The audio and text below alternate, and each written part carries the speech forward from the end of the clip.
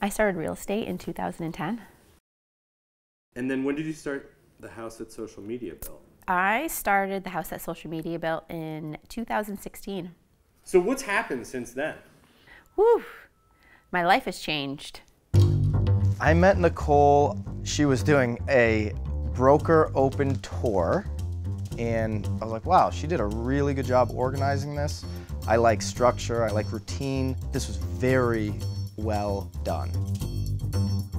So I had been part of a team for 5 years, and it was time to take my business in a new direction. So hooked up with Byron, who was in a different area of the state, and we decided to sort of merge our businesses together and take it to the next level.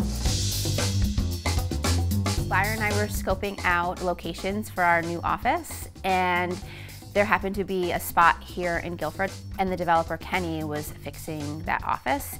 You said Kenny. Who's Kenny? Kenny Horton. Who's Kenny Horton? Kenny Horton owns the Horton Group, LLC, out of New Haven, and he is a developer. Does a lot of new developments. Commercial, residential, restoration. He lives here in Guilford.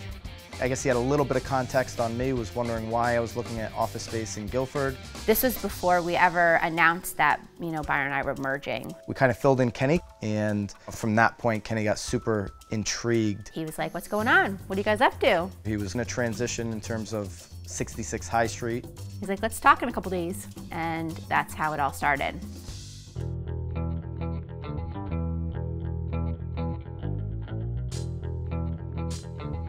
So this used to be the old Clinipad. Kenny went through a lot of hard work to get this project up and running. There was tons of environmental cleanup. There were additional buildings here that needed to be taken down too because of environmental issues. So the mill building is really the only building that survived. The mill building's like living in the West Village of New York City. Kenny intentionally kept as much of the mill building as he could. You've got exposed historic brick. There's some trusses that you'll see in some of the units that were able to be reused. No unit's the same. Off the back is one of the largest Quonset huts here in Connecticut, so that was maintained as well as it could. And when you go from the mill building to the Whitfield building, you have really two totally different styles. There's that rich history, and Kenny and the Horton Group 100% preserved, respected that history, and then turned that into luxury. I would call it the heart of downtown Guilford. We're marshfront here. We are abutting the West River and then have view of the Long Island Sound. We are about a mile from the beach. We are about a block from the green, like a block this way and then a block that way. Can I walk out my door, go to some shops, go to some restaurants?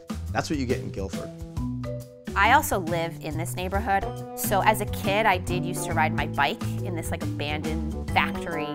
So I love that the factory is still essentially here, but obviously kicked up like tenfold. It's not a slam dunk to pull something like this off. It takes the right team and the right vision, and Kenny had that. But one of the things I'm most excited about is the pool.